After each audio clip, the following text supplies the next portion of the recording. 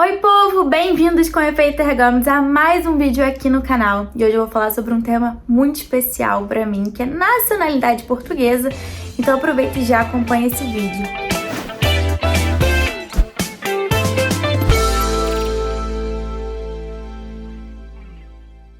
Bom, meu nome é Gabriela Sal, sou advogada em Portugal já há mais de 4 anos, onde eu resido há quase 5 anos em Portugal, pois é. E para começar esse vídeo, eu gostaria de falar um pouquinho de mim. Eu tenho um problema muito sério com a nacionalidade portuguesa, que foi o seguinte: a família do meu pai é de Açores, portuguesinha mesmo, de Açores, né? No caso, o avô da minha bisavó era de Açores, português. Minha família tem primos lá, antigos e tudo mais, família em Açores. No entanto, eu já não tenho mais direito a ter uma nacionalidade portuguesa. O que aconteceu? Moral da história: quando eu vim para Portugal, eu vim para fazer mestrado lá no ano de 2018, e aí tive que solicitar um visto adequado para mim, que é o visto, no caso, o visto de estudante para, né, estudar mestrado na Universidade de Lisboa. Se eu já tivesse uma nacionalidade portuguesa, seria mais fácil o caminho, menos custoso, menos trabalhoso. No entanto, eu perdi o direito de obter a minha nacionalidade portuguesa. Então já começa esse vídeo para você conhecer um pouquinho sobre mim. Inclusive, se você quiser saber mais, segue lá no Instagram. Eu ainda não sei se é aqui ou aqui. Meu Instagram é @GabrielaBandeiraDeSá, tá bom? Vai ser um prazer ter você lá como meu seguidor para acompanhar um pouco da minha história, da minha vida e de conteúdo jurídico, que com certeza vai ter bastante lá, tá bom? Hoje nós vamos falar sobre como você, que é um filho de português, pode obter a sua nacionalidade portuguesa de forma rápida, simples e objetiva. Eu não quero me alongar muito nesse vídeo não. Mas o que acontece, gente? Como eu falei na introdução desse vídeo, eu não posso mais ter o acesso à nacionalidade portuguesa porque a nacionalidade portuguesa é algo hereditário, né? Algo que vai passando de geração em geração. Se alguém da sua família, um antepassado seu, né, seu bisavô, vamos supor, deixou de pegar essa nacionalidade portuguesa para ele, morreu ali. Já não pode passar para as outras gerações, tá? Então foi o que aconteceu no caso da minha família. A família por parte do meu pai, como eu falei, era de Açores. Minha bisavó, tinham que ter tirado a nacionalidade portuguesa da minha bisavó, não tiraram. Portanto, quando minha bisavó faleceu, como a nacionalidade portuguesa só pode solicitar até neto, já não tinha como passar para os descendentes. Então, eu, que tenho origem portuguesa, já não posso ter minha nacionalidade portuguesa por origem. E qual é a diferença nesse caso? A diferença é que eu, morando em Portugal durante 5 anos, eu consigo adquirir a minha nacionalidade portuguesa por aquisição, que na verdade é uma aquisição, não é originária, é derivada. Ou seja, a partir do momento que eu provar para Portugal que moro em Portugal há pelo menos 5 anos legais, eu obtenho minha nacionalidade portuguesa, né?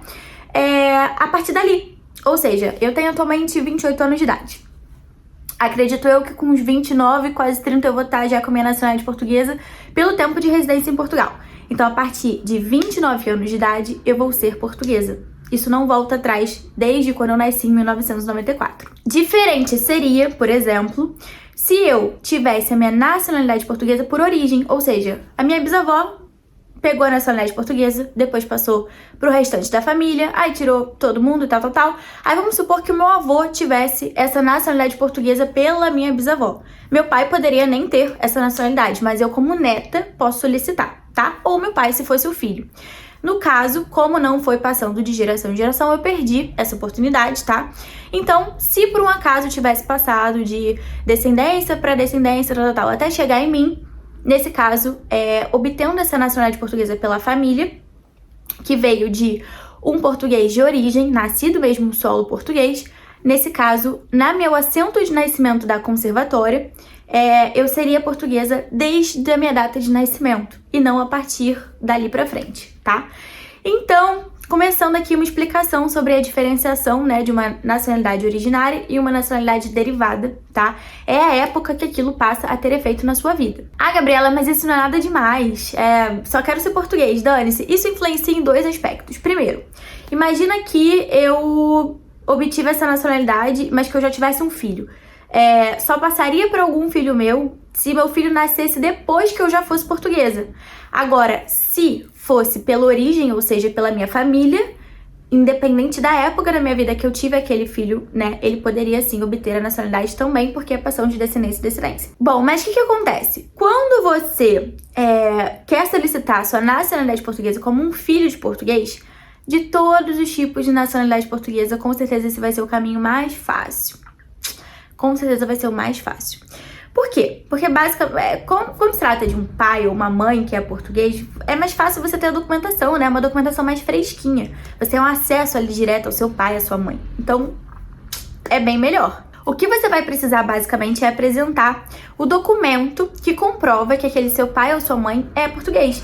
Pode ser o assento de nascimento da conservatório, pode ser um cartão cidadão, né, que é o BI, ou pode ser também um passaporte português, tá?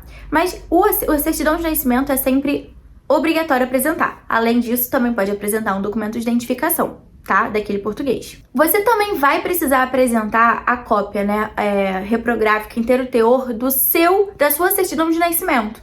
E um documento seu de identificação também, que pode ser tanto a CNH, o passaporte, ou então pode ser o seu RG do Brasil. Você também vai ter que preencher um formulário da conservatória, ou então, se você tiver alguém te representando nesse processo, né, de preferência um advogado em Portugal, gente. Por quê? Porque o advogado em Portugal lida todos os dias com a realidade da conservatória. Ele vai saber te instruir muito melhor do que pessoas que não estão na realidade do país em Portugal. Então eu vejo muitos advogados no Brasil, inclusive tem parcerias com muitos deles, que fazem a triagem documental e na hora da entrada contrata um advogado em Portugal, tá? Porque o que acontece? Quando você tem que pagar o vale postal, que é as custas, né, daquele processo da nacionalidade, que é no valor de 175 euros, ou então que você tem que pedir informações para a conservatória, verificar como que tá aquele documento, enfim, tudo isso você vai precisar de alguém ali que esteja na realidade daquele país, sabe? E muitas das vezes, essas pessoas que não atuam em Portugal, elas desconhecem algumas coisas específicas. Vou dar um exemplo. Teve um caso que é uma parceria com um advogado, e esse advogado fez a nacionalidade, né? Ele é advogado no Brasil e fez a nacionalidade portuguesa, estava fazendo, no caso, de uma cliente dele. Só que essa cliente, ela teve reconhecimento daquela paternidade na infância. Imagina, o pai dela não disse que não era o pai dela, teve um processo para ter reconhecimento de paternidade e teve uma sentença, esse processo transitou julgado e finalizou. E aí, quando a conservatória recebeu aquele pedido feito por aquele advogado, que ele nem pode, no caso, ter uma procuração daquele processo, porque ele não vai ter como juntar uma procuração dos autos com a OAB do Brasil, né? Tem que ser com a ordem de Portugal. Então ele faz em nome da pessoa mesmo, o requerimento. Quando a conservatória pegou aquele processo para analisar, né, verificou que aquela sentença do Brasil não era válida em Portugal. Então teria que passar por um reconhecimento judicial, uma ação específica de revisão de sentença estrangeira no Tribunal da Relação em Portugal, que quem é competente para fazer isso? Um advogado em Portugal. Então é importante que você esteja instruído por um advogado em Portugal por conta dessas peculiaridades, tá? Fora que, além disso, gente, vai ser um requisito também no seu caso, se seus pais tiverem sido casados e seu pai já tiver a nacionalidade portuguesa ou sua mãe, antes disso tem que fazer a transcrição do casamento, ou seja, se esse casamento ocorreu no estrangeiro, o português, ele sempre é obrigatório, tá? Que ele tenha que sempre informar a Portugal sobre o estado civil dele atualizado. Então, se seu pai divorciou no Brasil, ou se ele casou, e se ele é o português na sua família, ou sua mãe nesse caso, você vai solicitar a nacionalidade por conta desse seu pai ou da sua mãe português, você vai precisar que ele tenha o estado civil atualizado para que o seu processo não corra nada errado e que não caia em exigência, tá bem? Então, é muito importante averiguar isso. Na verdade, então, se você tem seu pai ou sua mãe, que são portugueses, primeira coisa que você tem que verificar: estado civil do meu pai ou da minha mãe. Ah, tá atualizado em Portugal? Beleza, agora eu solicito a minha nacionalidade portuguesa, tá? A conservatória, ela averigua ali a questão do sobrenome, verifica, né, que o pai dele tem esse nome, a mãe tem esse, mas ele tem os dois nomes, então devem ser casados. Então, cai em exigência, o processo fica parado. Então, um processo que atualmente está demorando cerca de 1 ano e 2 meses, às vezes pode ser 10 meses, depende da conservatória, acaba passando a durar mais 2 anos, porque você vai ter que parar tudo, vai ter que cumprir aquela exigência para depois dar seguimento no seu processo. Como eu falei em relação às taxas judiciais, se você for um menor de idade ou conhece alguém menor de idade, não paga taxa judicial, tá? Judicial não, desculpa, não paga a taxa da conservatória. No entanto, se você for maior de idade, você vai pagar 175 euros, tá? E aí também, quando você contrata alguém que não é advogado em Portugal, a pessoa ou não está em Portugal, a pessoa fica lá no Brasil meio que limitada para fazer esse pagamento da conservatória. Porque ou você paga presencialmente na conservatória, ou você paga por um link que não funciona nunca, e aí o advogado não consegue pagar isso, ou então você paga diretamente no correio em Portugal por vale postal. E se você não tá em Portugal, o que acontece? Muitos advogados me procuram para eu só pagar esse vale postal no correio. Eu acho que cada um tem que se meter no seu tipo de nicho e trabalho. Se você é advogado no Brasil, você tem que se contentar com as coisas que são do Brasil. Você quer advogar em coisa em Portugal, então você vira um advogado em Portugal. Até porque eu pago atualmente quase 300 euros só para manter minha ordem dos advogados e a caixa previdenciária obrigatória para advogados para desempenhar coisas da minha competência, que é, por exemplo, tratar de processos tanto administrativos como judiciais em Portugal. Então eu acho que cada um tem que seguir aí a sua competência. Eu, por exemplo, não vou querer ficar trabalhando com nacionalidade espanhola se eu não sou uma advogada na Espanha. Eu acho que tem que ter aí uma certa decência nesse assunto, porque depois, infelizmente, acaba prejudicando os clientes, e não são poucos os clientes que chegam mal instruídos por profissionais que não são qualificados para atuar no país, ok? Então fica essa dica, cuidado com esse assunto. Se você quer tratar de nacionalidade portuguesa e quer ser bem assessorado, procure um advogado competente em Portugal. E, gente, eu não tô falando de mim não, tá? Tô falando de advogado. Se você conhece outro, procura esse outro advogado. Bom, acho que o vídeo é mais ou menos esse. Coloca nos comentários se você tem alguma dúvida sobre esse assunto. Se quiser um vídeo sobre transcrição de casamento também eu posso fazer. Nacionalidade portuguesa como neto de português também já tá aqui no meu roteiro para ser o próximo vídeo. Então acompanha, tá? E já aproveita e se inscreve aqui no canal, porque todo sábado eu tô trazendo um vídeo novo pra vocês curtirem aí no final de semana, porque eu gosto de trazer informação, mas informação descontraída. Informação que vocês vão, ai, que menina divertida, engraçada, advogada. Então aproveita que eu sou descontraída assim também no Instagram. Segue lá no Instagram, @Gabriela Bandeira de Sá.